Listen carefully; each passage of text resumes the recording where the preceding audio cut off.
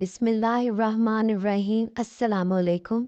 आज मैं एक और विंटर स्पेशल रेसिपी लेके हाजिर हुई हूँ।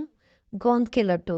अगर आपकी कमर में दर्द हो, घुटनों में दर्द हो या नज़र कमज़ोर हो, याददाश्त कमज़ोर हो या आप ज़्यादा देर कंप्यूटर पे काम करते हैं और उससे पट्ठों में थकावट हो जाती है, तो ये आपके लिए एक तोहफ़ा है। आप ये लड्डू बनाएं और 2 माह तक आप इन्हें एयर टाइट कंटेनर में डाल के महफूज भी कर सकते हैं।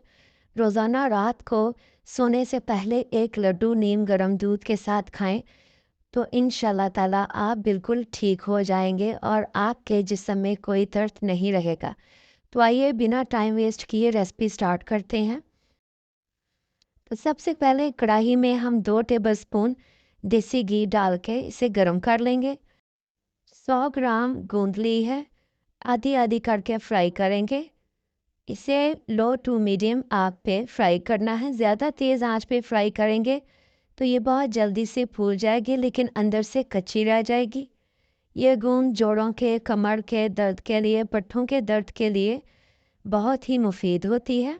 जब गोंद इस तरह से फूल जाए तो आप इसे दबा के चेक भी कर सकते हैं। जब ये कुरकुरी सी हो जाए और आसानी से टूट जाए तो इसका मतलब ये बिल्कुल ठीक से फ्राई हुई है। अब हम इसे निकाल लेंगे और बाकी की आधी बची गोंद भी इसी तरह से फ्राई कर लेंगे। गोंद आधे सर के दर्द, वज़न कम करने के लिए, ग्लोइंग स्किन और कॉन्स्टिपेशन के लिए भी बेहतरीन चीज़ है। अब इसे एक बाउल में निकाल के साइड पे रख लेंगे। अब इसी बचे हुए घी में 100 ग्राम बादाम शामिल करेंगे और 50 से 60 ग्राम के करीब पिस्ता शामिल करेंगे और इसको भी 2 मिनट तक हल्की आंच पे फ्राई कर लेंगे। जब इनका हल्का सा कलर चेंज हो जाए तो फिर हम इन्हें निकाल लेंगे। बादाम याददाश्त को तेज़ करते हैं और हाफजे को बेहतर बनाते हैं, जबकि पिस्ता गुर्दों की सफाई में अहम किरदार अदा करता है। अब हम इन्हें भी एक साइड पे रख लेंगे। अब आधा टेबलस्पून और देसी घी शामिल करेंगे और इसमें 100 ग्राम कद्दूकश किया हुआ नारियल डालेंगे और 2 मिनट तक हल्की आंच पे इसको भी फ्राई कर लेंगे। आप अगर कद्दूकश ना करना चाहें तो आप इसे ग्राइंडर में ग्राइंड भी कर सकते हैं। अब इसे भी निकाल के अलग से रख लेंगे। 1 कप खसखस ली है। इसमें काफ़ी रेत और मिट्टी होती है। इसे पहले अच्छे से धो लें और धूप में सुखा लें। अब मैं इसे 1 से 2 मिनट के लिए ड्राई रोस्ट करूँगी ताकि इसमें जो भी नमी हो वो निकल जाए और उसके बाद 1 टेबलस्पून देसी घी शामिल करके 3 से 4 मिनट के लिए भून लूँगी। खसखस आँखों के लिए बहुत ही मुफीद है। अगर खांसी या बलगम हो तो उसके लिए भी बहुत ही अच्छी चीज़ है। हल्की आंच पे भूनना है। जब इसका ज़रा कलर चेंज हो जाए तो हम इसे भी एक अलग बर्तन में निकाल के रख लेंगे। अब फ्राई की हुई गोंद को एक चॉपर में डाल के चॉप कर लेंगे, बारीक पीस लेंगे। बहुत भी बारीक नहीं करना, अगर हल्की सी दानेदार भी हो तो ठीक है। इसका टेक्सचर देखें, बिल्कुल ऐसा ही होना चाहिए, ये परफेक्ट है। अब जो बादाम और पिस्ता फ्राई किए थे उसे भी चॉपर में डाल देंगे और 50 ग्राम काजू शामिल करेंगे और इनको भी दरदरा सा चॉप कर लेंगे। बहुत फाइन पाउडर नहीं बनाना, हल्के से चंक्स होंगे तो ये खाने में अच्छे लगेंगे। अब एक कढ़ाई में 3 टेबलस्पून के करीब देसी घी डाल के उसे गर्म कर लेंगे और 1.5 कप गंदम का आटा शामिल करेंगे। वही आटा है जिसे हम रोज़ घर में रोज़ाना रोटियां बनाते हैं।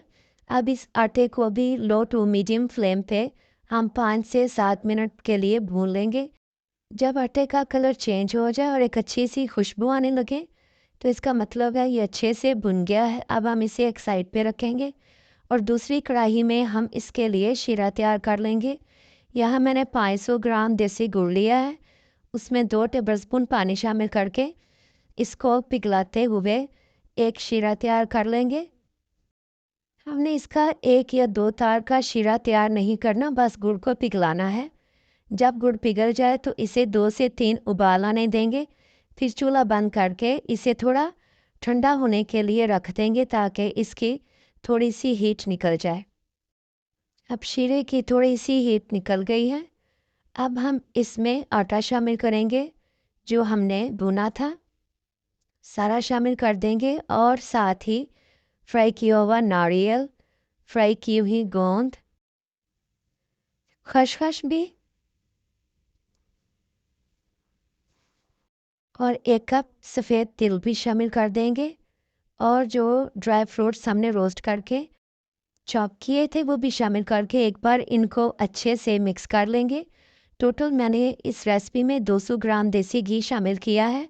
ये 3 टेबलस्पून घी मैंने बचा लिया था, उसको मेल्ट करके अब इसमें डाल देंगे और 1 टीस्पून सब्ज़ इलायची का पाउडर डाल के अब सब चीज़ों को बहुत अच्छे से मिक्स कर लेंगे और इस मिक्सचर को थोड़ा सा ठंडा होने देंगे ताकि हमारे हाथ हीट को बर्दाश्त कर सकें।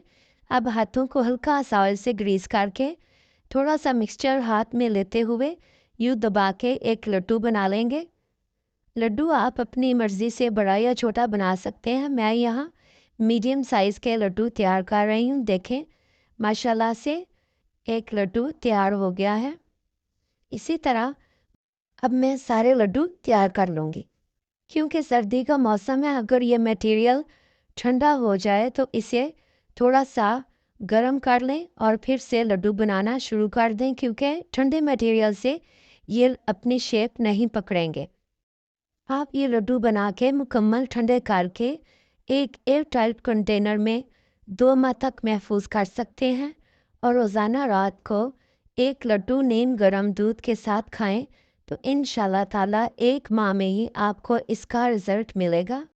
बच्चों को दें या बड़ों को, सबके लिए ही बहुत ही मुफीद है। अब एक लड्डू मैं आपको तोड़ के चेक करवाती हूँ। देखें माशाल्लाह से कितने ही हेल्दी और बेहतरीन गोंद के लड्डू तैयार हुए हैं। जिन लोगों के भी कमर में दर्द है या घुटनों में दर्द है या जिन लोगों के सर में अक्सर दर्द रहता है, दिमागी कमज़ोरी है या नज़र कमज़ोर है, तो इंशाल्लाह ताला उनके लिए ये एक बहुत ही बेहतरीन और शानदार रेसिपी है।